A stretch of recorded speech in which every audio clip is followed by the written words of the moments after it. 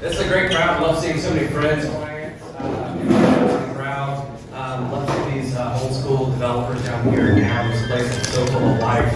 I was telling someone earlier, I like to come in and go with my wife in the morning and take phone calls and walk around this greenway and look at the transportation improvement projects that folks like Beverly Graham are back here. They did the GC on that and look around this foundation campus that folks like Ed Dewey and Tim Shower and Lucius have put this thing into place. It's really, really neat to see the 12 bones and the marquees and all this stuff just coming to life right now.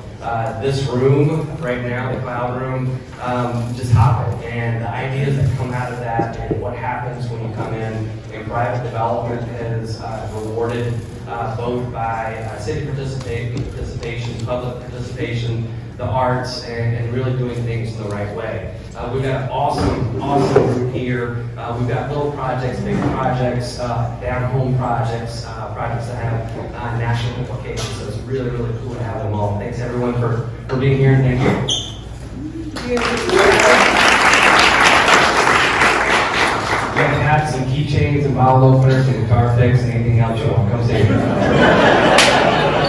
That's the salesmanship right there. You have to talk to the attorney in order to get the swag. So, I think that's great. Today we do have a great panel. So here's what I'm going to do. I'm going to introduce all the panelists at one time. And then we're going to go one by one and have them introduce their project to each of us. And then Steph, where is Steph? I'm right here. All right. Chair, so I'm Yeah, we'll grab another chair up for you. okay. And Steph is from the city, and we'll talk about what's next for the River Arts District. This is one of the coolest areas of town, and I'm very cognizant of the fact that artists have come in and made it cool. Now development is coming in, and it's the evolution of an economy here that we're witnessing. And I'm very excited about that. So I am fascinated to hear the details on some of these projects, and I imagine you will be as well. First, let me introduce Brian Schick of Woodfield Development. Brian will be discussing the Stoneyard apartments as well as the development that will take the place of the old Dave Steele property, which we've been watching for how long? Forever. A long time. It has been forever. So we're excited about that. Brian is a native of Greenville, South Carolina, and major in finance and business economics at the University of South Carolina. He joined Woodfield Development in 2011, and in his role as vice president of development, he's developed over 1,500 multifamily and mixed-use developments, primarily in the upstate. We want more of them here, Brian. We want more of them here. I know you've been trying. He's been looking for property. So maybe he has property to sell, talk to Brian. And he and his wife Kim raised their 4 daughters in Charlotte and now have 2 grandchildren. I have no grandchildren. Brian and I are friends. We worked together for many years at the Charlotte Chamber. So thank you for being with us today. We're looking forward to hearing from you. Jay Hackett is the founder of Black Wall Street ABL and owner of the Grind Coffee Shop. If y'all haven't been to the Grind Coffee Shop, they have some killer scones in addition to excellent coffee. I can speak from first-hand experience. He has led community and economic development programs for over 20 years, been featured in the North Carolina Bar Journal for his social enterprise model, and most importantly, is a diehard fan of Golden Girls. I will note that Jay is also a member of the Chamber's board. So Jay, thank you for being with us. We appreciate you being here. Shelton Steele is the co-owner of Wrong Way River Lodge and Cabins, along with his business partner, Joe Balkin. Before this, Shelton spent most of his career in craft beer, having worked for 3 breweries in town, Heinlein, Catawba, and the Wedge. So is this old home week for you? Yeah, absolutely. Wrong Way will open this summer, and Shelton hopes that the cabin campground will be a place that reflects Asheville's outdoor personality. Shelton, we appreciate you being with us too. Thank you. Amy Kelly is a principal and founder of Hatteras Sky, a real estate development firm that focuses on multifamily and hospitality development. In addition to other projects in Asheville, Hatteras Sky is developing the radical on Robert Street, which Amy will speak more about today. Amy lives in Atlanta, but has a home in Etowah, where she operates a commercial vegetable farm serving the Asheville area, Velvet Morning Farms. That is super cool. You're a very Asheville story. You should be living in Atlanta. You should be living in Atlanta. Steph Monson-Dahl currently serves as the Urban Design and Place Strategies Manager for the City of Asheville. Before that, she served for 10 years as the Riverfront Program Director, where she and a smattering of crazily talented people from across the public and private sectors kicked butt and took names, partnering to make the community's vision come true. And has it not? In such a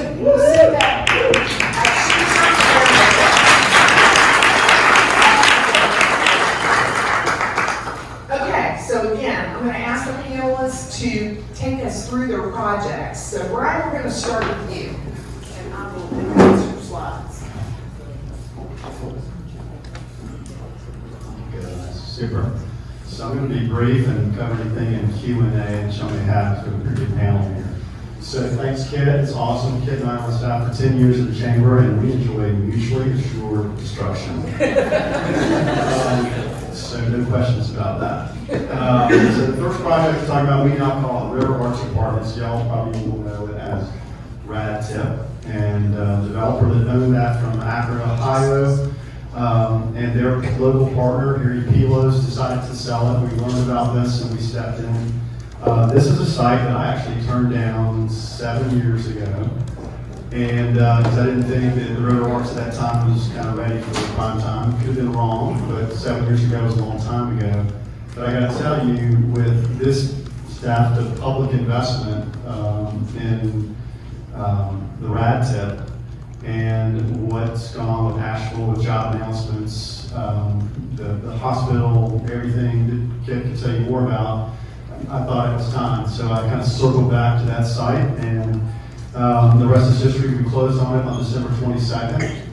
We essentially adopted the same ordinance that City Council had passed, and we were had to essentially do what was planned. Although we brought our Woodfield design process to it, we were able to tweak the units, but and then we tweaked some things along with public art opportunities on Klingman. Just to remind you, spin the paper a lot. It's 237 units. There's 16,000 plus feet of retail. And is Tim Gramley here? Is Tim here? Tim Gramley, Dewey Property Advisors, is our local broker and is I'll call him my Sherpa to make sure that we put the right retail in that site. We've heard that a lot. We're very aware about that. As my wife would say, Kim, they don't want to be chainy. So we're trying to make it cool and relevant and authentic. So Robert Street will be the area where the retail is on that site. It also has 60 plus, if you may remember, public parking spaces that will be available, which are desperately needed in the River Arts District, as everyone knows. And it's about a 2-year construction process. Also of note, it has a 72-inch stormwater pipe going through it that was part of the past developer's ordinance. So we were putting that in at our expense. It upsizes the capacity, although the old pipe's still in the ground that comes down from Patton Street. So in time, hopefully that will be taken care of. And I just had a very interesting discussion. I understand that there's really no plans for water quality improvement. I think there's an opportunity for improvement there in Buncombe County and Asheville to address those sorts of issues as well. Because right now it's just flowing through our site. It's no great surprise that when the retail merchants in the River Arts District learned that we were going to need to close Robert Street to connect that public works project into Robert Street where it connects with the existing line, that we needed to close it down for a year to do that as well as build our building. That introduced me to a lot of people in the River Arts District.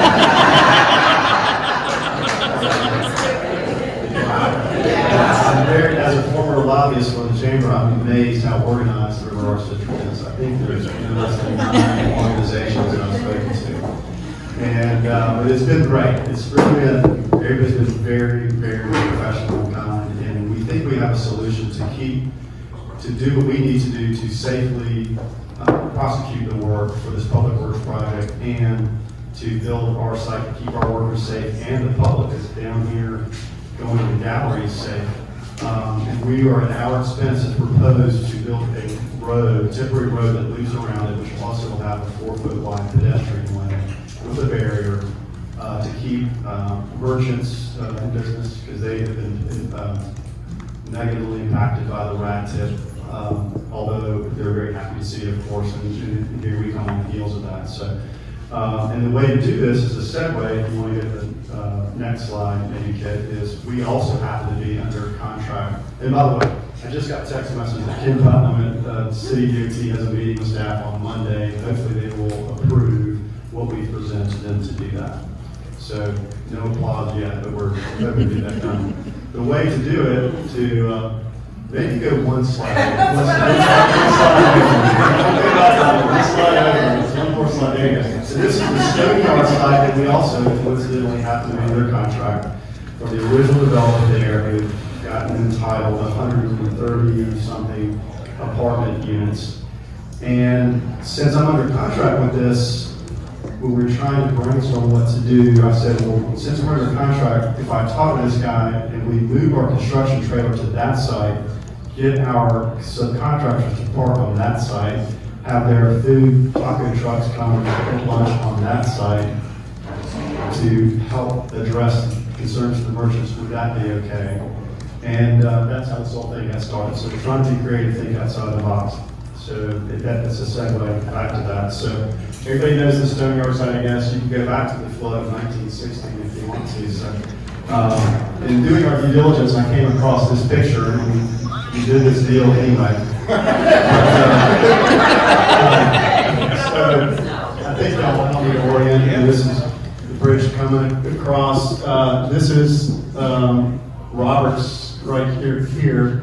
And actually, this is Artful Way. This is Roberts. This is from Schick Hill. So this is going to happen again, right? If it happened in 1960, it's going to happen again. So, but that's not dissuading us from it. The plan for Stoneyard, if you want to go back to that other site, Kit, is we need to build this in what we call a podium, which is the same type we were parking River Arches. We build 2 full levels of parking, and then we build the apartments on top of it. This is in contrast to a surface park project or what we call a wrap, where you build a precast garage and you wrap the apartments around it. So the plan for this, that we're about to start going on a tour with the city council members, is to increase the density to what's currently looking around 260 units. 4 stories above is 2 levels of parking because they have to be out of the floodway. And then the original developer agreed for upwards of 80, 85 public parking spaces. We're trying to achieve as many of those, keep to the original developer, making noise with the battery. And so that's what we're doing here. This is very early on in our redevelopment, and that's to have a whole new conditional zoning. This would have not as much retail. Right now we're looking at 4,500 feet. And our focus is to try to put that retail right where Curve Studio is, T-bones into Lyman. So I've talked too much. Probably I'll pass it down and happy to take any questions during Q&A. Jay Hackett. Hey, y'all, actually, you can keep this thing right, what do you call that thing? Oh. Aerial? Yeah, from that last That's the screen. aerial? Okay. Yeah, I didn't have any visuals. You all will see, now I'm Jay Hackett, it's real easy to spell, just the letter J. And I'm the founder of Black Wall Street ABL, and I came here in 1998 for college, from Philadelphia, but I came here in 1998 to go to UNCA, and I chose UNCA because Asheville was just beautiful. It was just stunning. I'd never seen a place so amazing, and I'd never tasted this kind of food before. And so I was like, Mommy, I want to go to Asheville. And everybody was like, what in the world is Asheville? But I'm so glad that I came here, got married here, and started to raise my family here, etc. What I found, even though I came from other places, I found that there was lots of opportunity, but then there are also disparities. And some of the things that I had learned to navigate, some of my brothers and sisters had not navigated yet, and some of the barriers to success in entrepreneurship had not yet been navigated, and some of those barriers still existed. Not because people were trying to keep others out, but because things have happened and folks historically have been overlooked. In 2020, I opened a coffee shop in the pandemic. I don't know why. Right in the middle of regulation. I guess entrepreneurs do crazy things, just like you building something on it's going to flood.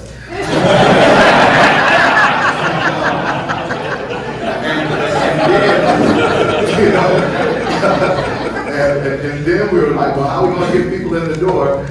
We got some other folks that have business ideas, but they don't have brick and mortar businesses. Maybe if we give them a table, then their customers will come in to buy stuff from their table, and while they're here, maybe they'll like the coffee and buy coffee too.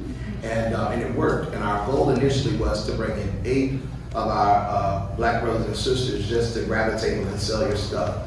And then it grew to 20.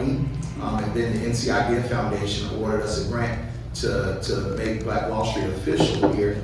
And we designed a program to help start, grow, and expand black businesses, to help people turn their hustle into a business, or I guess PC would say turn your idea into a business. I would say turn your hustle into a business. And so what we did, we started to help folks do that, and we have a cohort model that meets virtually every Monday night.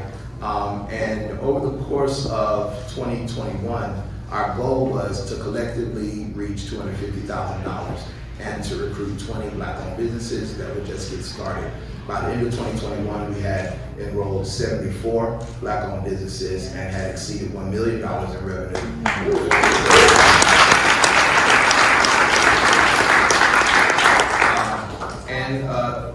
When we did our final year in report and we asked about how many had created jobs, out of that cohort, 22 jobs had been created, and most of it was owners creating a job for themselves.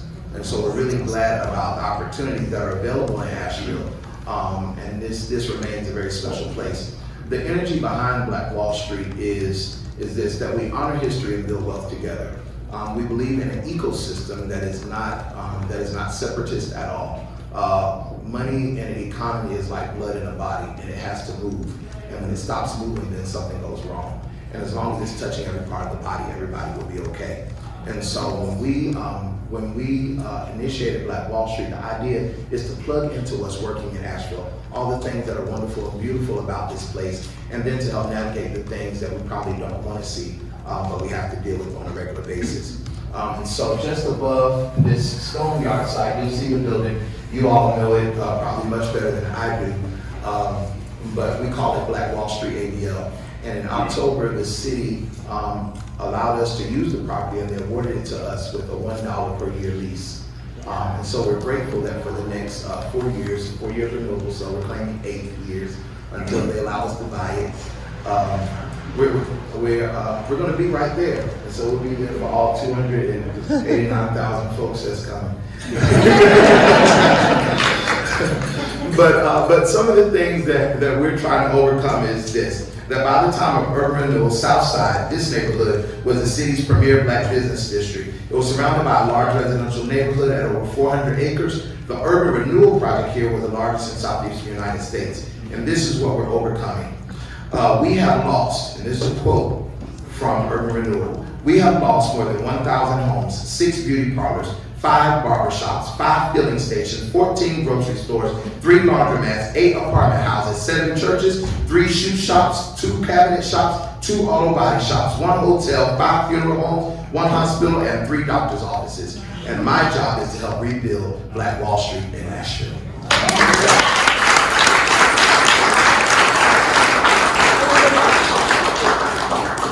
Shelton, Steele? Yeah, That's what I like to call it. So my name is Shelton, Steele. I'm here representing the Wrong Way River Lodge Cabins. We're building 16 A-frames on Amboy Road. Yeah.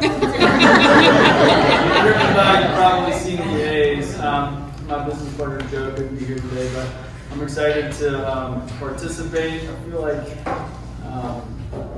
life's an accumulation of experiences, and you kind of find yourself in a place and there's an aha moment. And for me, opening a cabin campground that I feel like represents Asheville's outdoor culture is kind of that aha moment. So I'm excited to kind of talk to you about it and explain how I got there.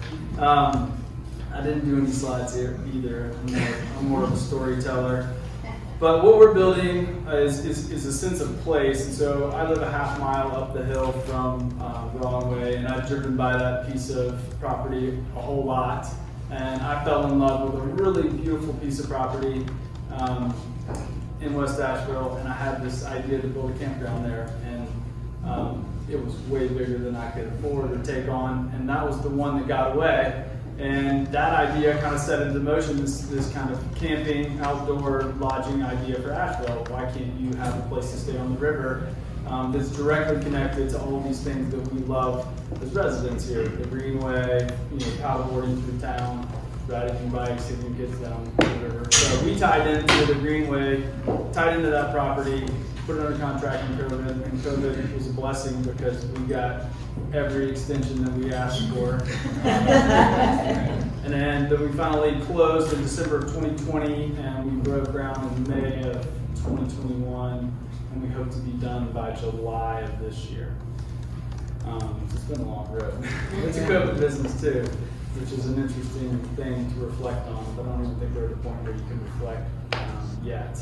But, Derek and Brennan are here from French Boat Outfitters, Stewart at Smack, and all these wonderful businesses that kind of anchor that Amboy corridor. And we found that, if we could give people a place to stay, point them towards the Greenway, point them towards these experienced partners, like Derek and the guys, that, we could activate a group of people that are coming to town in a different way that hadn't been activated yet. So that's what we're building. Why A-frame cabins? Because the shapes are really fun. They're a pain in the ass to build. Turns out those are cute corners, you can't really do much with them. We're figuring that out. Makes a good logo, though. Makes a good logo. Thank you. Yeah, looks like river waves or mountain ranges. Why the name Wrong Way? So the river, French Broad, runs from south to north, which is the wrong way. And so that's my business partner Joe is a French Broad river guide. I was a kayak instructor, so that's kind of our river history's overlap. But he always told the story that it was one of two rivers in the world that ran the wrong way, which is a lie. That was an attempt to get bigger tips because this was this unique experience. So the name was a nod to kind of river culture, counterculture, and the idea that I don't believe a river guide. So yeah, I'll let y'all ask questions when we get a little further along. But thank you for having me. Thank you.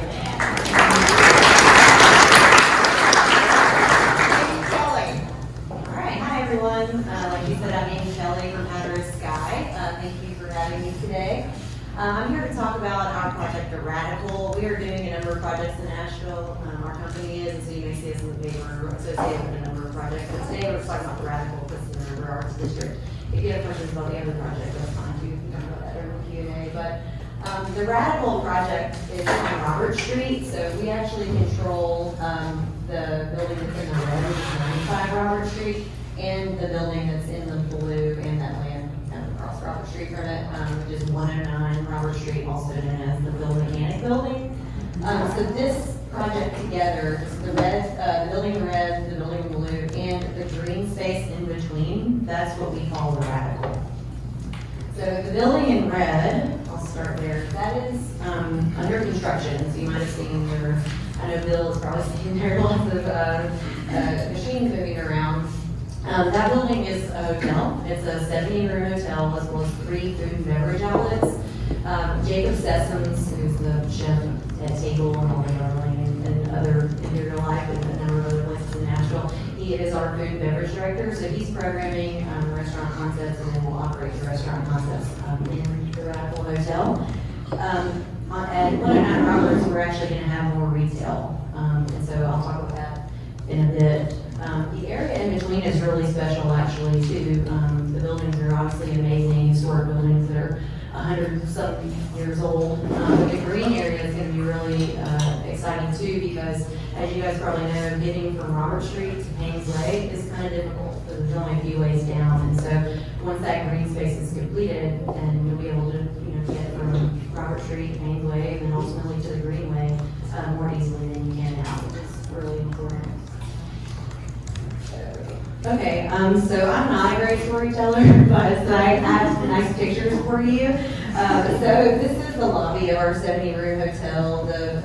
We work with a lot of local partners and partners we're not saying I'll go over who they are later, but the interior design was done by a guy named Mike Stoneyard out of New York, and he did the TWA Hotel in Queens. If you've ever seen it, it's in a lot of magazines. He's a really just outside the box guy, and this is a really special building. As many of you may know, it's been vacant for a number of years, and it's covered in street art, and it's a really special place, and so we're trying to honor that with the design. The building's very hard, it's a warehouse, it's very gritty, and so we try to add in soft layers and refinement to what's already there to bring this building to life. So this is the lobby. You can go to the next one. This is the reception area, which I'm going to show you because I think it's kind of cool, but also conceptually, I wanted to point out that the reception is kind of like off in a corner, and the hotel rooms are kind of incidental to the rest of the programming of the site. So when you come into the Radical, if you're coming here as a local and you want to eat in a restaurant or something, you'll never see a reception floor. That's just for the handful of people that are staying in the room. This is the lobby that will be on Payne's Way, so I just wanted to point that out. We have the topography of the River Arts District generally, but especially our site, has entrances, requires that we have entrances on Payne's Way and Robert Street, and this is the entrance from Payne's Way. This is our 3 Mill restaurant. I know folks like Bill who work on our side of Haywood know there's not a ton of places to eat. And so we're happy to bring some amenities to the folks who work and live over there. This is a 3 Mill restaurant, breakfast, lunch, and dinner, and it'll have indoor and outdoor seating. This is our rooftop. So right now, if you drive on 240 over the French Broad River, you can see there's construction going on top of the 95 Roberts building. This is a rendering of what the rooftop is going to look like. And this is the coffee and lounge area where we'll be having breakfast. So this is actually on Robert Street, so you can see there's parking across the street, which will be great, and then also this breakfast amenity for folks who work in the area. And this is an aerial shot of the rooftop. I think there's a Living Gardens or some person here that I'm supposed to meet. I hope I get to meet you. Yeah, Kate and Maya. Oh, okay, all right, great. I'd like to meet you after this one. So this is a rendering of the rooftop. We want to keep it very green, and they'll have food and beverages up there, and it'll be 2 meals, so basically lunch and dinner. So just a couple pictures. You guys don't probably care about this as much. You probably won't be staying here, but you might have folks that you know who you want to bring to the Rad to stay here. And this is actually a photograph of the model rooms which is the King room. So we have built 2 model rooms that you can actually walk in and flip the light switches and do all that. So this is an actual picture of the King room. And then this is the Queen room. You can see we've retained a lot of what we could because it's there. And hopefully they need to cover it up. Next slide. So there's a hole in this slide for some reason, but these are some of our local partners, and I just wanted, and our partners from out of state too, but I wanted to just highlight them because it takes a village to do all the things that we are doing in programming this site. Like the hotel's under construction, the food and beverage is under construction, but it's going to be more than that. It takes all of these folks to get that done. So also the hole in the slide is for our hotel operator. They're a company called Lark. They're out of New England. I just wanted to bring them to your attention because we talked to so many operators, and it was really important to us that we hire an operator that employs people the way that we at Hatteras Sky do. We wanted a company that was very people focused because we will be hiring people in Asheville and we want to treat them really well. And so we hired Lark in part, among other things, because they treat people extremely well. So we're really excited to partner with them. And yeah, unfortunately the logo is not there. I don't know why. So lastly, I wanted to talk about what we're doing at 109 Roberts, which is the filming meeting building. So we're in the process of programming this right now. So 95 Robert Street, the Radical Hotel, will come online in approximately Q2 of next year. This will probably follow it by a few months because we haven't broken ground yet, but this will be a retail amenity space where we want to bring something wellness oriented that benefits both the community and our hotel guests.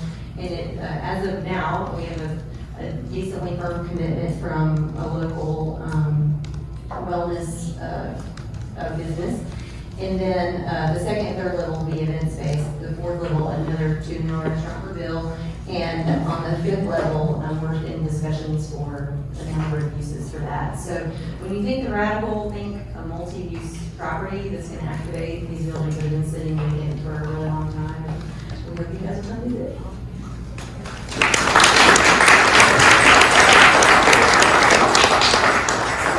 You want to fill us in on what you think is next for the River Arts District?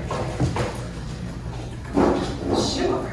All right, so I'm going to talk about some little things and I'm going to talk big picture here for a second. So first is a nod to the past.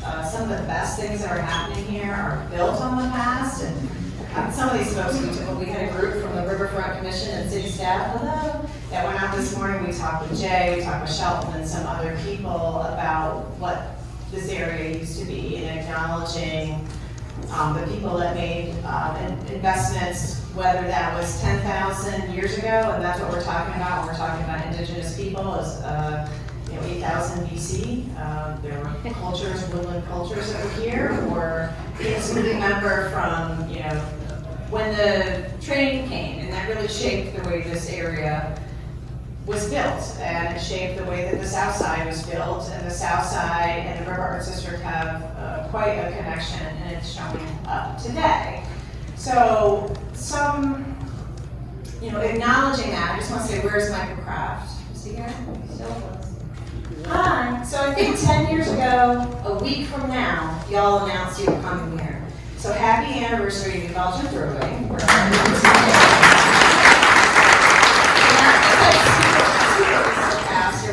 Just remembering that, like 30 years ago in the River Arts District, we had the 1992 Ed Durrell Stone plan that talked about the greenways on both sides of the river. It showed like a whitewater recreation area where New Belgium is now.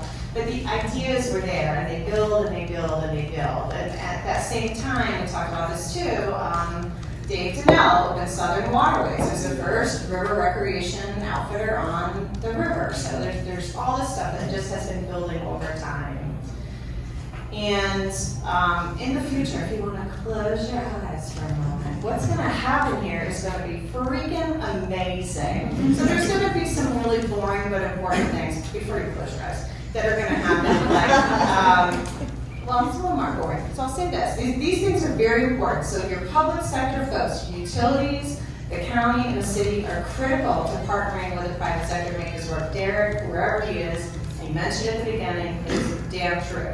So, MSD, there's a pump station down in French Broad Riverfront Park. It's not big enough for all of you people who are moving here and all these people that are staying here. Too much poop. So they're going to be replacing that next year. They're going to make sure that they don't have to do it again for 30 years or something like that, or 50 years, who cares? But point being that you're going to see like that kind of construction, and it will hurt a little bit. It will impact some of our French Broad Riverfront Park. But the best thing is by the end of the summer, that last section of Greenway between French Broad Riverfront Park and New Belgium Brewing will be open. Yeah. So yes, that is going to be awesome. And even better, you know how you've been using all those facilities and you walk across the Embroidery Bridge and you're like, oh my God, I'm going to die, and I'm taking my kid. With a stroller, should I be doing this? Well, NCDOT has worked with the city to do an interim improvement. Eventually, 10 years from now or whatever, we'll replace the bridge. We'll do all this stuff. But for now, we're putting up a guardrail and making it so there's like a separated sidewalk on that bridge.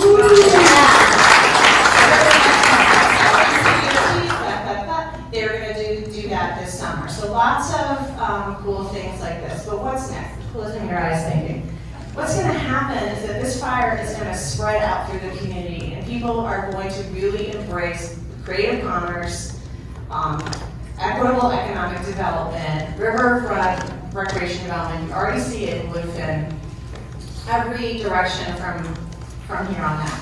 So in 20 years, what you have now, that Amazon Smoke, basically a White Duck or Smoky Park Supper Club, those facilities that you're walking on, riding your bike on, that kind of linear green space, that's going to go at least all the way up to the MSD plan. It probably will be going farther, but without a doubt in 20 years, it will go all the way there. Same thing south. The county is doing the Greenway plan all the way out to Lake Julian.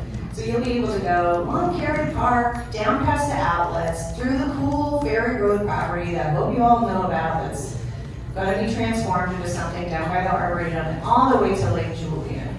Those things are going to happen. At the same time, people like Derek and all the folks that are working on an Amboy corridor, they're going to be civically engaged enough so when I-26 does happen, and it is going to happen, and there are some improvements that are going to happen from it that will benefit us, that they're going to make sure that that area is the outdoor rec corridor and that it's protected, and that basically people know that they can go there and they'll be safe with their families, and lots of things will be happening there. So from here down to Meadow Road, that area will all be done too. And I'm telling you, in 20 years, Norfolk Southern Railroad will probably not be here. Somebody like Biltmore Farms or somebody else is going to take that and they're going to redevelop that area. And Biltmore State, they're going to open themselves up. They'll have a different entrance. It will look totally different. We will be able to connect all the way down to Biltmore Village. Now here's the kind of hiccup. We have a problem, and you need to come together as a community. This is my call to action. You need to come together as a community around it at some point. And that is Swananoa River Road corridor. That corridor is really constrained. I mean, it was constrained to work in this corridor with the railroad, and the floodplain, and the utilities, and all of those things. When we, hey Mayor, I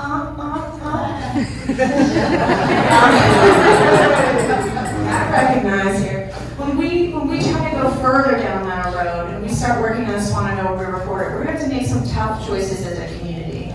This corridor, we originally thought, oh, we're going to do Willow Diamond Riverway plan. It's just going to be like everything else, and we'll have a mix of economic development and environmental sustainability. In this area, it's not going to work like that. When it floods, it's terrible here, and we saw that slide and all that stuff, but when it floods in the Swananoa River corridor, that entire corridor gets shut down. It's a major transportation corridor for people getting back and forth to work, to homes in Oakley, and to the hospital. And it's a wonderful area. We have some city-owned property there that will potentially be the future passenger rail station. We've owned it with NCDOT for almost 30 years. It's going to be very, very cool. But if you want to know more about that, we'll work on it. And then the other thing I'll say is water quality. We're going to come together as a community to protect our businesses that depend on how clean this river is, and also all of our residents that want to go tubing and put their feet in it. And that is something that the Riverfront Commission, and I'm like looking at the sea of people. It's awesome that y'all are here, but I'm like, where are they? The Riverfront Commission is going to be focusing on that with some other stakeholders this year. So, more to come, but it's going to be amazing. All right, what was your call to action? The call to action is understand what's happening on the Swananoa River corridor. The call to action is basically understand that yes, we need more housing, and yes, we need more jobs, and all of those things, but sometimes we have to make some trade-offs, and we have to think about whether or not we need to spend public dollars to buy properties and do other things. If you want to have a greenway in the area, if you want to have a road that doesn't fall into the river in 10 years. So that's all. Okay, well, we can talk more about that. So I just want to, I too acknowledge the mayor's presence. Thank you, Mayor Esther Manheim, for being with us. Just out of curiosity, all right, Riverfront Redevelopment Commission members, please raise your hands. You guys, these folks devote a whole lot of time.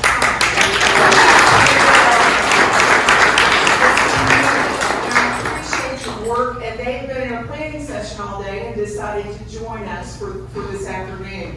Any members of RADA here? Thank you for coming. Any members of RADA here? Thank you for coming. Any AIA members here? Okay. All right, good to know. All right, so I know that there have to be questions that you want to direct to these folks. So who's got the first question that they would like to ask? Yes, ma'am. Are there still going to be artists here in 20 years? Who wants to take that one? Yes. I've heard 4 apartment buildings being built down here. And now we've heard from one. But that does nothing for our arts district. Unless it's I think it's a fair question. I'm a friend of an artist in Charlotte, and he's probably in his late 70s, and he just says we're a community that we're kind of like vagabonds, and we just go to the next area where we find cheap, large space where we can do our work, and then we leave when development comes. So it's a reality that's really kind of scary. Charlotte, you may know, has an area that they call NODA that was originally an arts district, and it's going to be hard pressed to find an artist in NODA anymore. NODA was originally known as North Charlotte. It had 2 textile mills there. So it's originally a mill village. People went away, artists came in, and then they got pushed out. So it's a very fair question. I have a project that I'm starting to get entitled in Greenville, South Carolina's textile corridor, what was the Brandon Mill. Exact same story. The mill went out of business. A lot of the buildings went vacant. Artists came in, and there's still 30 plus artists there. And the city and if I'm successful, are very much trying to make sure that we have some, not just affordable housing for those who dwell there, but also for those artists so they don't have to leave, because that's the challenge. So we are going to, in that location, we're going to create some micro retail where we can have an opportunity for well below market rate for them to have organizations like Jay's here to come in, pop-ups to have nonprofits, to have artists to be in this space so they can keep it cool and funky, because that's kind of why folks like me who leverage capital from all over the world, we came here for a reason, and we have to keep it cool.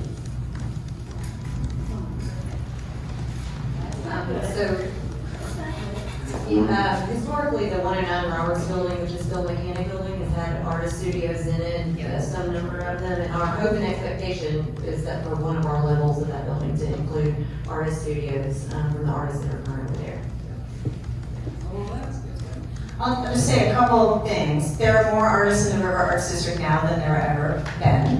There are more buildings owned here by artists than, this is anecdotal, but in most other arts districts across the country, people have figured that out. That is going to be the key and the problem, though, for transition. 20 years from now, if you have people who are aging out, they're artists that bought buildings here, that's their retirement. And so one of the things that we can do to support artists staying here is be able to allow those people to cash out if they need to sell their buildings, but they do want to keep artists in them and keep them artist-owned. So think solutions there. And we do need the housing. And it is the River Arts District. Yes, it is. It is. Yes. Okay, next question. I'll ask one. Yes, ma'am. So I don't know. I'm going to have to tell who I am because this is Well, kind of and I should emotional know that about all too. this. Hold on a second. Let me note that we have some other chamber chairs here. Laura Webb is one, as well as Linda Brandt. And our incoming chair is Austin Walker. Appreciate all of you being here. I don't think I missed anybody else. But Laura's mom is Jean Webb of Jean Webb Park.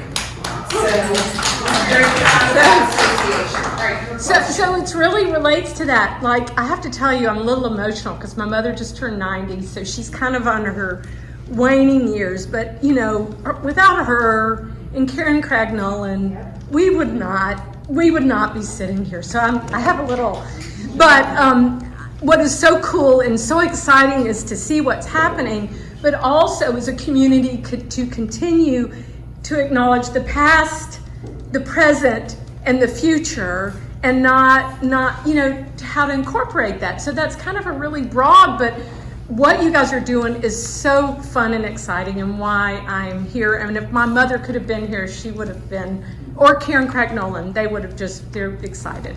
So kind of what are your thoughts on how you can, you can keep Hold on that? to the good things from the Yeah. past. Yeah. James, sir. One month ago, I did not know who Gene Webb was.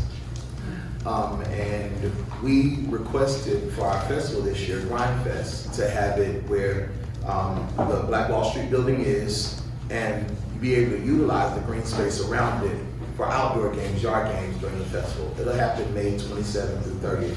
And when I requested use, I contacted the city, and John Fillon said, the space that you're trying to utilize is Gene Webb Park.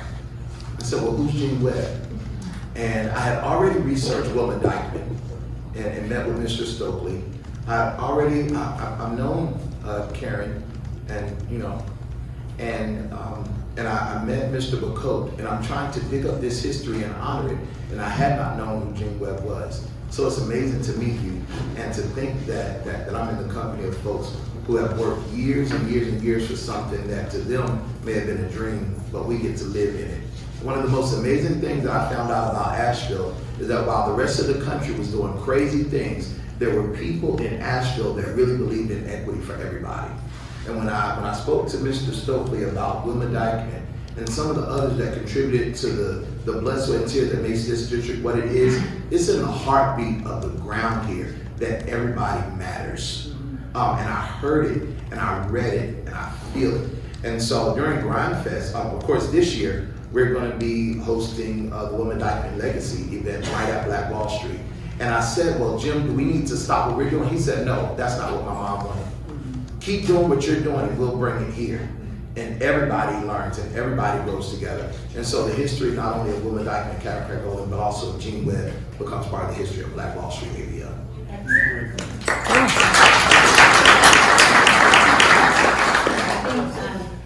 What you said is so important.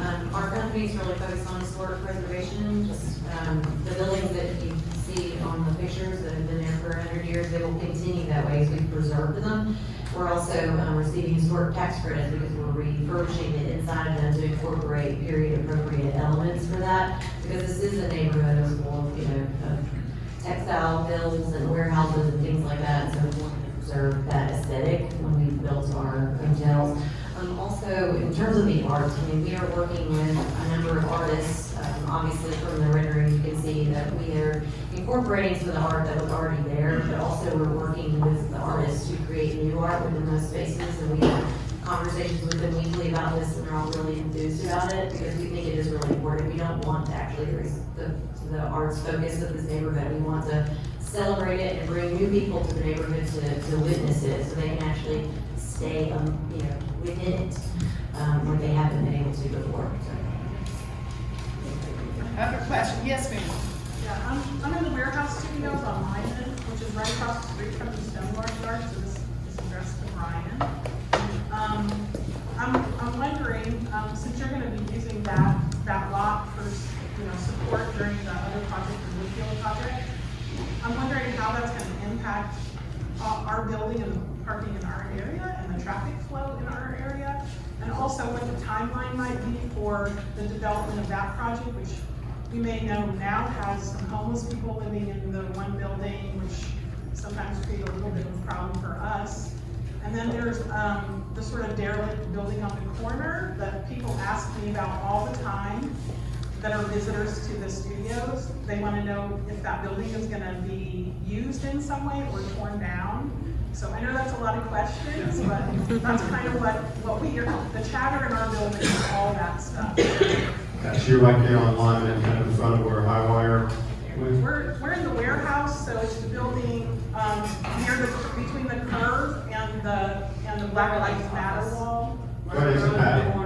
Yep, Okay. right next to Patty, we share a little bit of the wall with her. So Patty and I were standing across the street from your building looking at where all the stormwater comes out just an hour and a half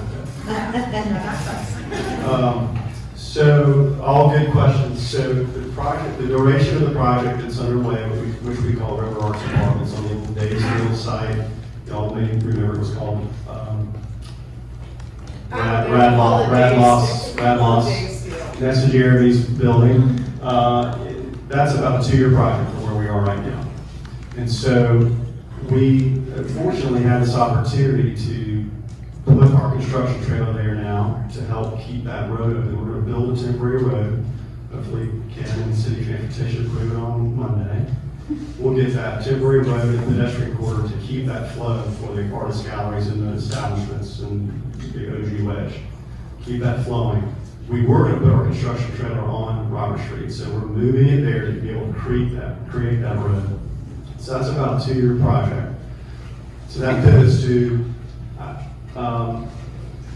yes, we're gonna create traffic with material coming in for sure, and I apologize, but that's just the reality that we're gonna bring stuff in, and if the train stops it, we're gonna do everything we can to keep the flow for us and for the existing businesses flowing. But it's a pretty big site, so we can park our subcontractors there, we can have our staff there, we can have our trailer there. They're gonna get their steps in, going up and down Lyman across the tri-state site. So, and then if we're fortunate enough, we're gonna go pretty soon here, we're gonna start a process to go back through the conditional zoning process to try to increase the density of that site. So if this gets approved for our second project in Asheville, in the both in the River Marsh District, that too we can say is going to be a 2-tier project for that. So we'll have the same things. So to your question about this site, that building traditionally, and I'm sure the folks in this room that know better than I, Steph, that was a coal and ice building. The previous developer that still owns this site, when they got their conditional zoning approved, one of the requirements was to try to preserve that building. A lot of time has passed since then. Apparently, you can see there's no roof on half of it. My golden retriever and I were standing in that area just 3 hours ago taking pictures of it. And you don't want to go inside where it's covered. It is a very dangerous building, and the city of Asheville Fire Department has put signs on it and sent notices to the building for both of those buildings, the little low slow one and that one, that are dangerous. And they need to be either completely covered in chain links and no one can get in, which is, by the way, they'll cut it, or to have it demolished. So sadly, I think those buildings are gonna have to go away. And I was really hopeful when we got under contract that we could preserve that building.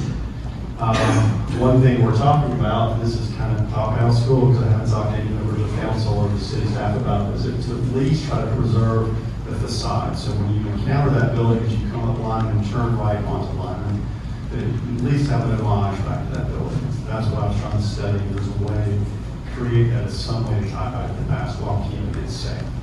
So something that we talk to members of council about pretty quickly is to achieve the goal of keeping Roberts open and flowing for the project that we have underway.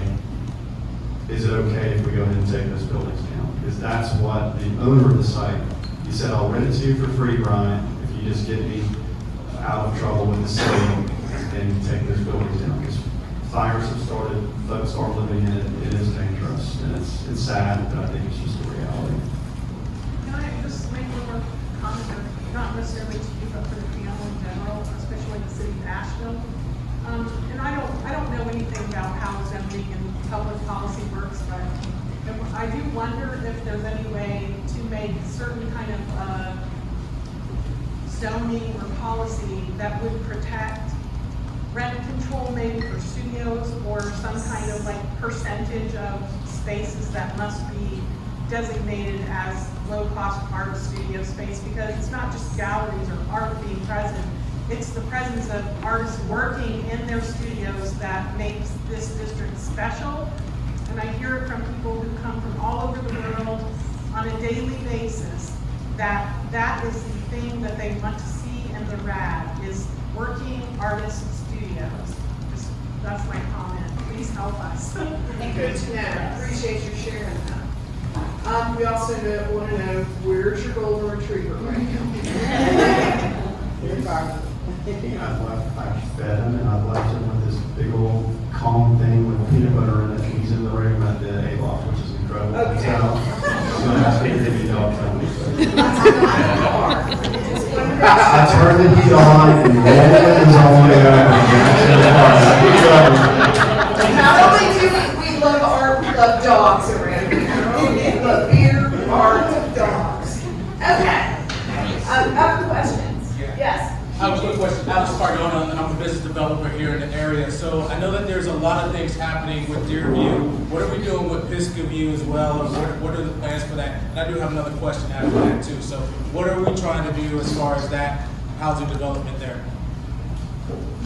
Well, it's sort of a different topic, except for Pisgah View is actually down on Amboy, so we got something. So I can't speak for the housing authority, but I can say that I know that the housing authority is moving towards a more innovative model, or at least it's called innovative, where it's called a rental assistance demonstration model. They are now, for deeper review, just building new units on site so people don't have to be displaced, and moving them into those while they turn all of them over. And what I understand is they would like to do the exact same thing at Pisgah View. So yeah, in 20 years, you'll go down that street and it will look very different.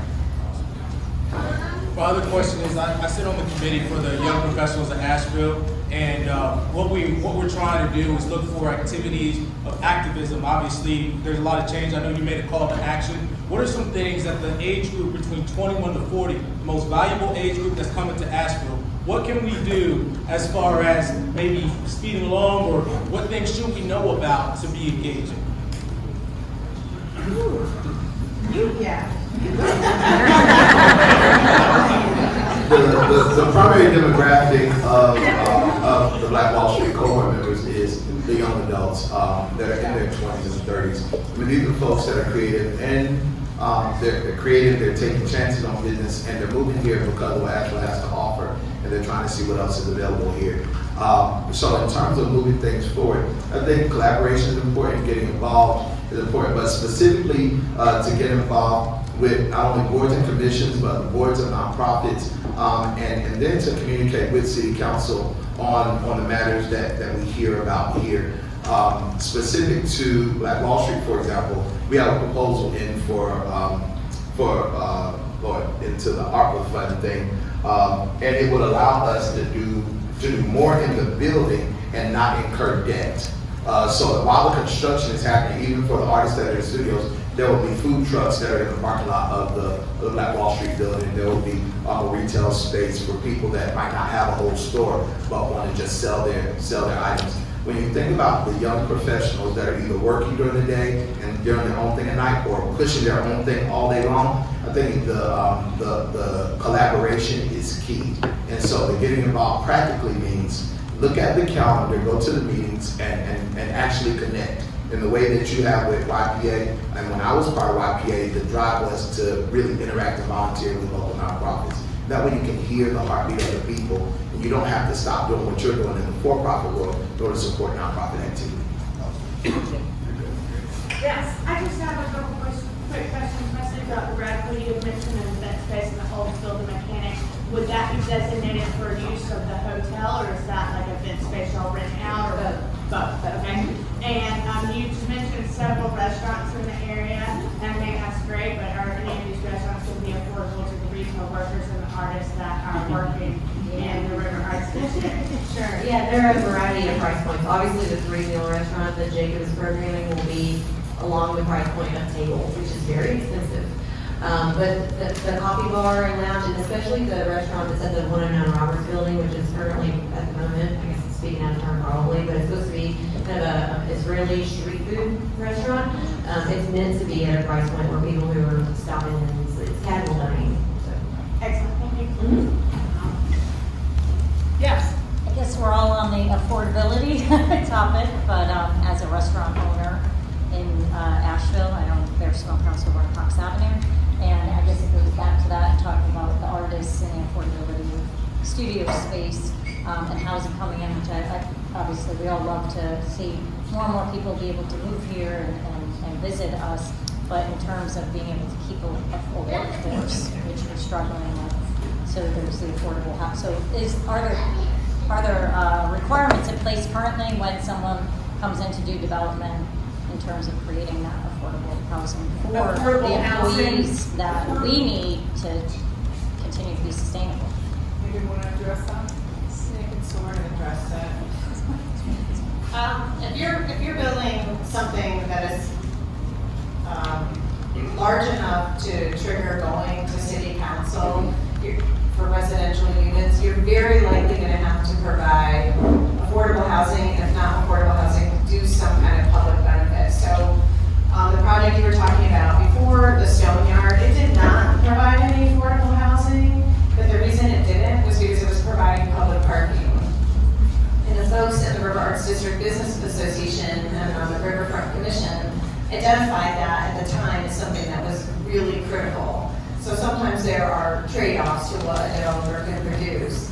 We have a lot, what I'd say is we use incentives at the city. We have a ton of programs with millions of dollars in the housing trust funds. And when developers are, we can't force people to do affordable housing or affordable workspaces for studios. That's called inclusionary zoning, and almost nobody in North Carolina gets away with it. But the way we do it is through incentive packages and talking to council. Well, and I want to have a commercial here for YIMBYism. Yes, in my backyard. Because right now we are rife with NIMBYism, not in my backyard. And all the people who call the mayor and other members of city council and scream and don't allow, and it's the policy of the city, is it not, Mayor, that we have more density in urban core areas? That allows for more people to find places to live, and more people, there's a cause and effect when you have a limit on the amount of housing. And the recent Bowen study that was done shows that there needs to be more housing in all the income levels. Not just affordable, not just workforce, not just any one particular area, but across the board. We as a community must embrace the need to provide more supply to meet the demand. We're a place where people are coming. Within the next 20 years, we're going to grow by another 100,000 people in the MSA. Asheville is the center of a hub of a regional economy. People come here to work because they can't afford to live here in many cases. If we don't want to go the way of the locations where it becomes so expensive that not everybody, not a broad array of people can live here, we have got to stop bitching and complaining at city council when people try and build. Other questions? But artists came here in these crappy warehouse buildings and set up shop and were able to renovate and make things work here. And pretty soon, according to Brian, we're going to be out of here. It is a story that has happened in numerous places across the country, and we're not happy about that. It's happened in places all across the country. It's not a story that anybody wants to see happen. Well, not in Asheville. I don't want to see it happen, or I won't be here. I understand. No, I'd hate to be on the cover of the Citizen Times tomorrow that I've said all the artists are leaving. No, I am encouraged that this River Arts District will remain an artist district. Yeah. And the way the village in Greenville will do so. I think there's enough awareness. Great point, Steph, about the ownership. It's critical. And leveraging some public funds to maybe help make sure when those buildings do roll over that they stay for artists. So I am very hopeful that they will remain. It's the reason I'm here. And I responded to this. I'm the new kid on the block. And I'm hopeful there's enough awareness and ownership that it will not go that way. I am not an artist, but the coffee shop exists in a former artist space, Asheville Area Arts Council. And I am so grateful for landlords like Hetty Fisher that, they stepped in when the building was not as beautiful as it is. And it was right in the middle of the pandemic, right on the heels of the peaceful protests that happened downtown. And I wondered, number one, if I could afford it. And then number two, if I would be allowed to rent it. and Hetty said, I want you here. And when she told me the price, I said, well, I think I can do it. She said, well, what can you do? Now, number one, I'm not changing the price, but what can you do? I said, well, this is what I can do, and it was affordable. And then she started to introduce me to people and connect me with people, and I started to meet the artists that were next door to my right and my left, and I became part of a wonderful community. As long as we have landlords that are caring like that, I think that it doesn't only include lower prices, but it does include lifting each other's arms. And it works.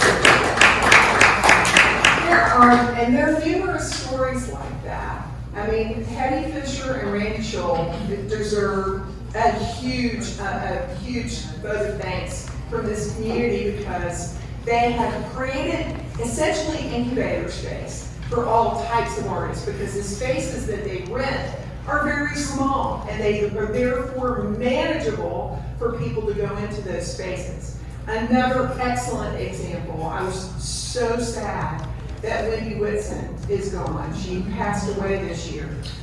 Wendy was in the space you were talking about where that corner space. I remember going and visiting with her when I first arrived in Asheville and she was explaining her process. But inside, you know, she did well enough with her art sales that she was able to buy North Star Galleries and then continue to lease space to a variety of artists in the area. I think those types of stories are excellent examples of the way we can maintain. My understanding was there, and I'm trying to remember, Steph, maybe you recall, there was also a building, the Potters who were there, that decided they wanted to sell to artists. And they actually turned down offers from other types of developers who wanted to move into their space. Those are conscious decisions and they are small things, but they are big things in the long run in terms of allowing people to maintain the arts that have made the area so very special. Other questions? No more questions? I want to ask one more. Yes, ma'am. If the parking is planned to be free in these buildings, or is there going to be a cost for parking? Right now, we have a lot of free parking in the district, and I know it will become limited as these buildings are built and there's more retail. So I'm wondering, is it going to be like Asheville, where? Well, I'm going to guess, and I'm going to say probably. Okay. I mean, over time, as places become more popular, it is expensive to build a parking space. What's it cost to build one space? Over $20,000 to build a space. And you think about how much you have to collect in order to pay for that one space. And not only there are requirements for how many spaces you have to have, and it's all a math problem in terms of developers figuring out how they can make a project work. Then on top of that, as a public benefit to add those spaces, they can't, I mean, the 20,000 a space. Yeah. Is there a way to Is there a plan to bring the buses or any other kind of public transit through the district? That's a really good question, and I don't know the answer to that. I can answer it. It's a multimodal transportation system in your front yard. I mean, the whole, like Mike Solo said, more cars are not the solution. So, you know, looking for more parking and jamming parking down everybody's throat is not the way to do it. You know, we're trying to build a business that is on the greenway because it connects everyone in town. And if they want to ride a bike or walk, they can. And we really do appreciate the work of the city. And we have the trolley too when it runs. You know, sometimes we have the trolley for our second Saturdays. But it would be great if there was somebody looking at a plan to bring the trolley or some other thing through, you know, on a day-to-day basis. Is Tim Shaw here? Yeah. So Tim Shaw, who owns the Wedge, is he like, he's doing something. All right. We work in the Riverfront Commission. We talk about this all the time. We have partners downtown that we're talking to try to have transportation back and forth between downtown and River Arts District. It might not end up being something that is public. It might be an entrepreneurial activity. But yeah, people are talking about it. Is there any thought process on like Carolina, like what Hawaii does for locals as far as discounts? I mean, you know, I know there were a couple of restaurants in the last couple of weeks that did local discounts, so if you had a driver's license, you were able to get a meal at a lower cost. which I went to every single restaurant that I could because that's huge. I know that they're giving that up, but I wanted to be able to support that. Is there any? I don't know, but it's a great idea, and we can certainly share it with our restaurant partners. It's a great idea. It could be a great marketing opportunity for them as well. Yes, sir.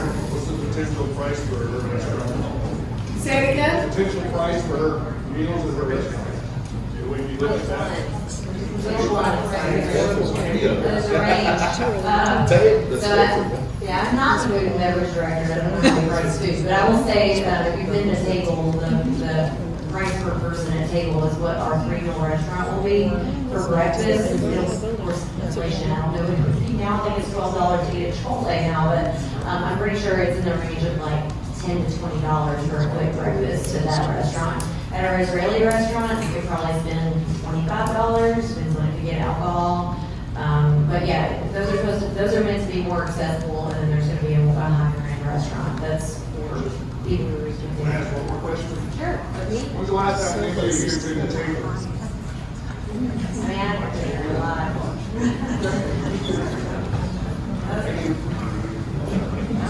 You know, the great thing about Asheville is there is a broad array of restaurants. Yes, there You can go to White Duck Taco and get a fabulous meal. You can go to 12 Buds.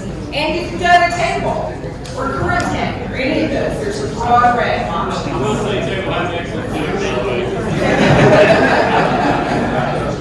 All right, any other questions? You guys, I want to thank our sponsors,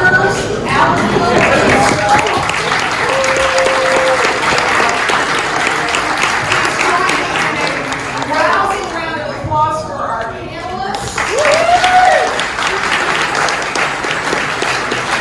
Our next policy on tap will be May 19th. We're going to be across the river at New Belgium Brewing, and we're going to be focusing on the latest data on the outdoor industry. River Research has done that data, so it's going to be fascinating. We hope you'll join us and bring a friend.